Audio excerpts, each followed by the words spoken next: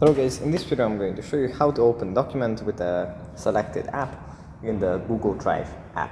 For that, don't forget to subscribe and leave a comment down below, because at 10,000 subscribers I'm going to show you my whole YouTube revenue statistics and growth strategy. So without further ado, let's just jump right into it. First we have to open up the Google Drive app. Here it opens up in the suggested tab. From here we just have to select a document and tap on the three dots next to its name. And here if you scroll down we find opened with. We tap on this and here we can select the app that we want to open the document with. We can use OneDrive, Adobe Acrobat, Drive, this Reader application, and whatever pops up here.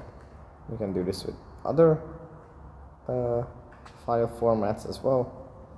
And yeah, that's pretty much it for this video. Hope it was helpful for you guys, and I'll see you in the next one. Bye.